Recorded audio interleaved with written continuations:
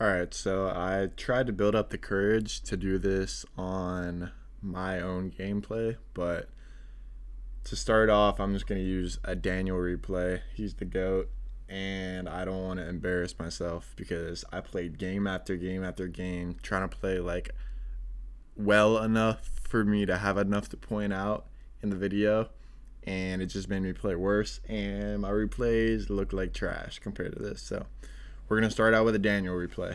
He's the GOAT. I don't know what that camera bug was. Alright, so pretty much I'm just going to be outlining what he does well when he plays twos. In my opinion, he's the king of nonchalant twos. He's able to play so controlled and slow and use his teammate like a tool. Like right there, you see him drive forward. I'm not going to go back a lot, but right here you see him drive forward like this and like telling his teammate pretty much just hit it, and I'll fix whatever shitty touch you get, instead of just trying to take it himself and his teammate bumping him. So pretty much removes the possibility for his teammate to cause error, because right there, like, even though his teammate didn't immediately shoot it like he intended for it, him to do, it still worked out because Daniel didn't like bump him or mess up the play or anything.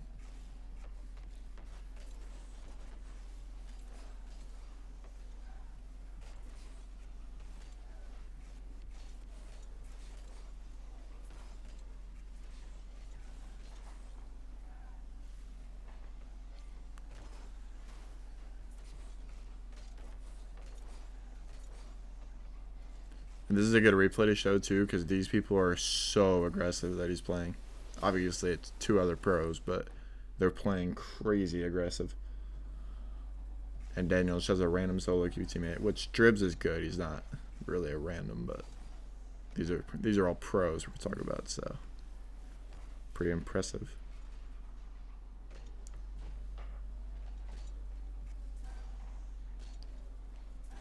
Something I think Daniel does well too is his spacing with his teammate.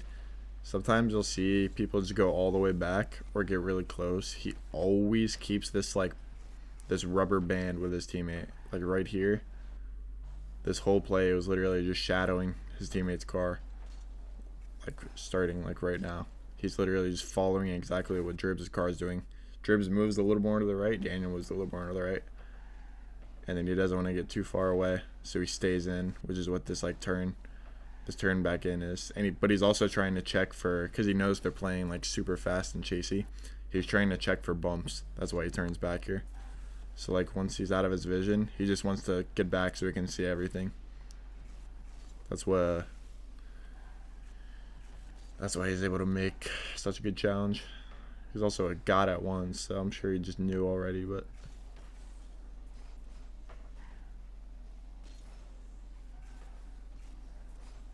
good shot. It's a great shot.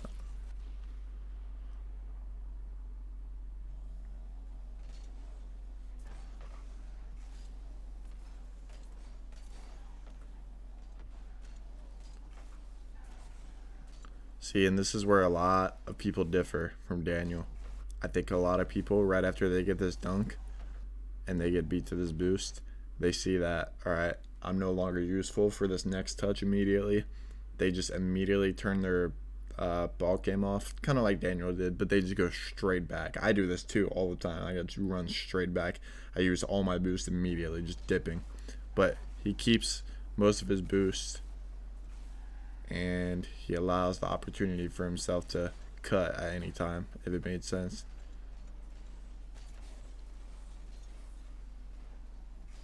I can't believe that's open net, but that's his aura just spewing everywhere.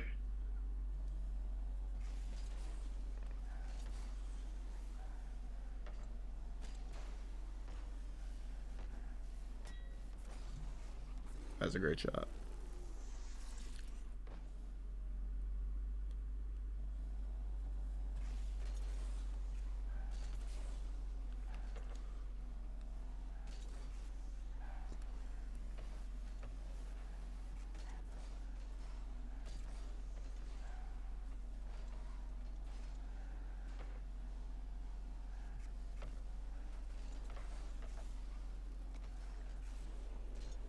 Dribbs actually does a very good job at these 50s.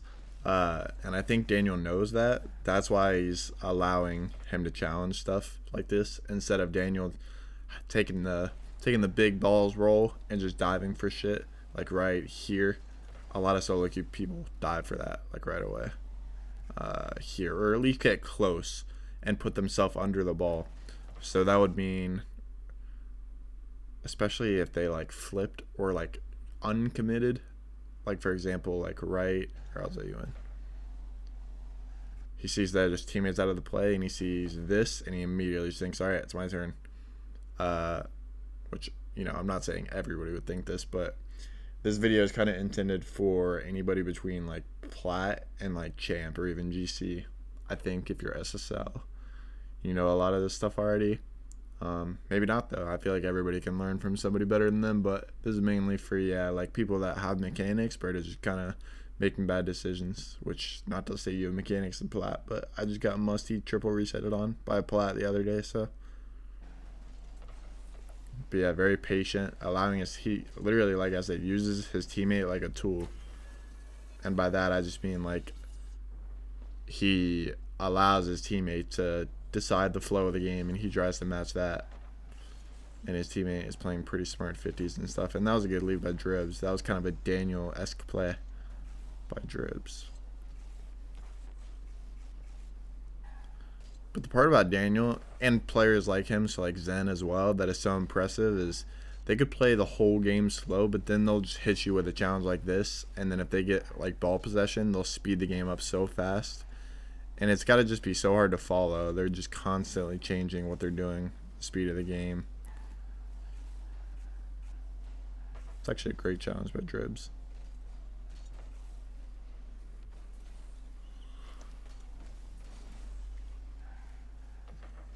Oh my god. What a nutty shot.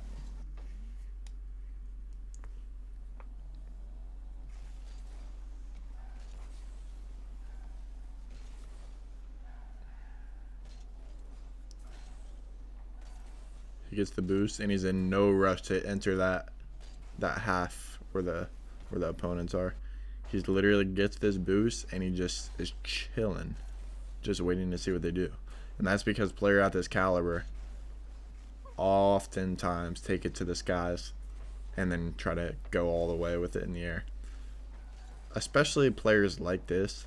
Like, obviously not saying they can't, but if Daniel was playing Appjack or someone that like is very like slow and concise, that like may just like see that there's no one challenging them and then let it fall all the way back down to the ground again, he might have gotten up in that half.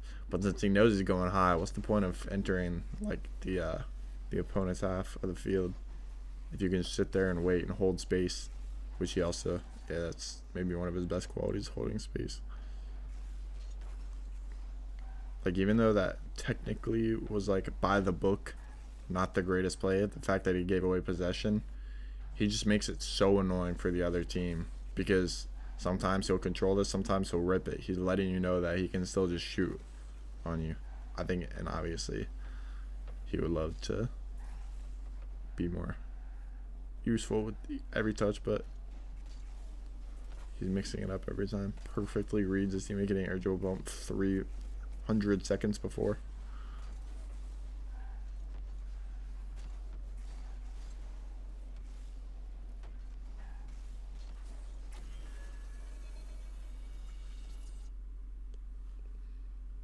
Alright, that's the end of the replay.